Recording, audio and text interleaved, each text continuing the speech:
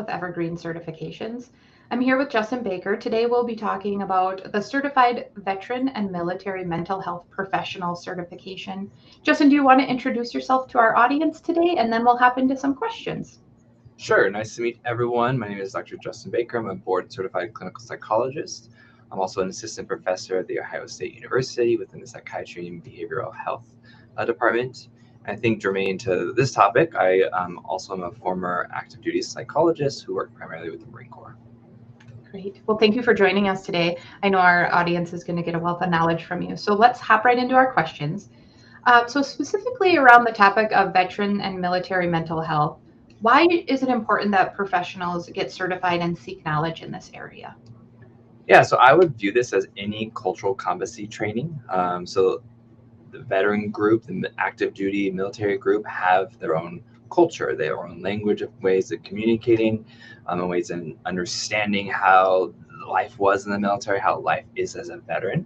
So I think just like any other cultural group, we would want to understand and study that so that we can be more nuanced and approachable as clinicians. Awesome. What specifically with this certification and the training that individuals are going to take for the certification, what are some examples of some knowledge that individuals will gain and benefit from with this product? Yeah, I really see this training as sort of running the gamut. Again, it assumes, good already a foundation of an understanding of mental health and treating mental health. But I think it's going to introduce topics that are germane and specific to this population, right? So when we think of the OIF or OEF era, like the Iraq and Afghanistan wars, sort of the signature injury was these, like the blast related injuries. So lots of traumatic brain injury, as well as amputation and PTSD. And so I think the training was going to go a lot through the TBI stuff, as well as post-traumatic stress. But it's more than that. It's also going to talk about the cultural competency within that, working with moral injury, just the stressors of being in the military, moving family around, the interpersonal dynamics that exist. I think it also helped clear up possibly like stigma or even like stereotypes that we might have of veterans, like all veterans have fired a gun before, or all veterans have gone to combat before, or all veterans, whatever, fill in the blank. And to realize it's a pretty heterogeneous group, like most cultures, right? And so understanding there's nuanced differences even within the similarities. Yeah, a couple of really key points there. I want to, first of all, I think the training is very unique in that it talks about the family aspect that you mentioned as well, right? Because you might be treating a veteran, but then there's all of the family aspects that this training kind of goes into as well, which is a major part of treating this population as well. The second piece I like that you mentioned is that having that base mental health knowledge already. And this certification requires that individuals be fully licensed and out of supervision and practicing independently. So those psychologists, counselors, social workers, things like that. And I think that plays into your point of really having that base knowledge before, hopping in to this content and this certification.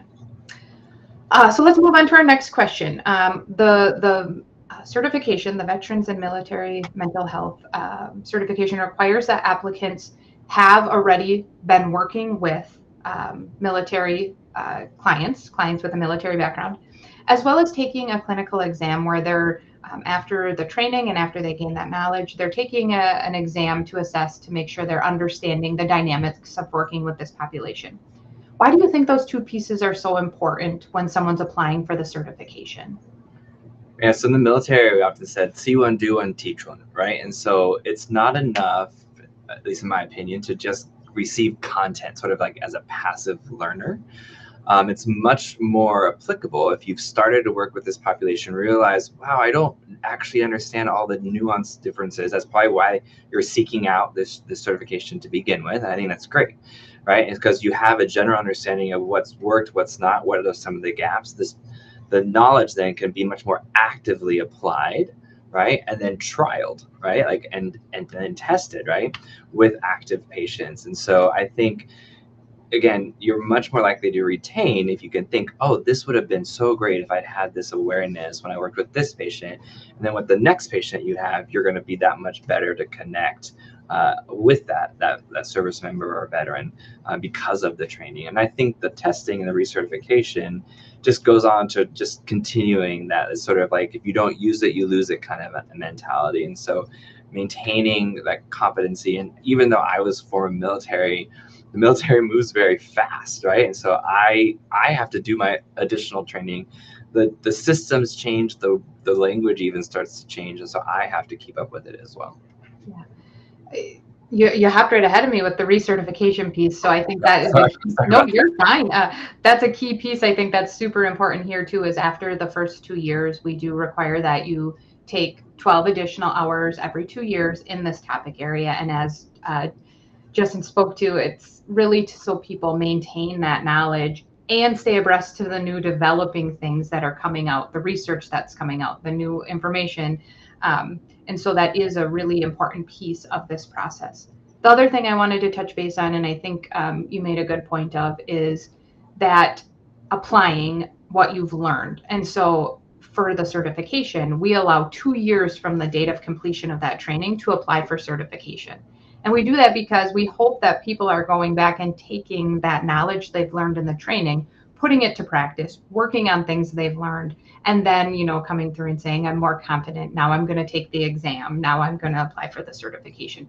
So we really do want people taking that application piece or the learning piece and putting it into practice with their patients as they're going through the process.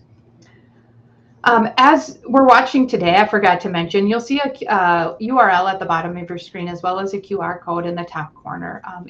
If you follow those links, they're going to take you to the certification information, and they'll also take you to the link for the training that Justin's been referencing throughout our discussion here. So just either scan or type that in, and you'll be directed right to all of that information. So wrapping up today, why did you feel passionate, Justin, about working with Evergreen to develop this certification, and kind of give us your final thoughts on why people should pursue moving forward with it? Yeah, so a short story here, but it is relevant. When I first started my training, I actually thought I was going to be a child psychologist, but I had an opportunity to work within the VA healthcare system, and I sort of never looked back. The work I started doing with veterans and the appreciation that the veterans shared with the efforts that we were going through to help reduce their suffering was sort of unparalleled, and that only increased when I actually started working with active duty. And so I really feel called or compelled to ensure that those who are working with this population have as much training in this as possible. And so as I saw this certification program being put together, I really wanted to speak into the content that got put in so that it was relevant. I mean, there beyond just me, there's other people who are either were or current active duty. So you're getting like true content and expert people who are truly experts in this training, because we really want veterans, at least my goal is I wanted veterans and service members to have the best care possible, whether they saw it in a VA or in a private practice setting. So that's really why I think a certification course like this can be extremely helpful. It's because I'm thinking of the end user, which is truly the patient. Absolutely. Well, Justin, I want to thank you for your time today. I know I thoroughly enjoyed talking to you, and I'm sure our audience will greatly appreciate the time you took to educate them on both the content and the certification. We want to thank our audience. Oh, sorry, go ahead, Justin. Yeah, just thanks as well. That's all. Yeah. We want to thank our audience for joining us today. Have a good day.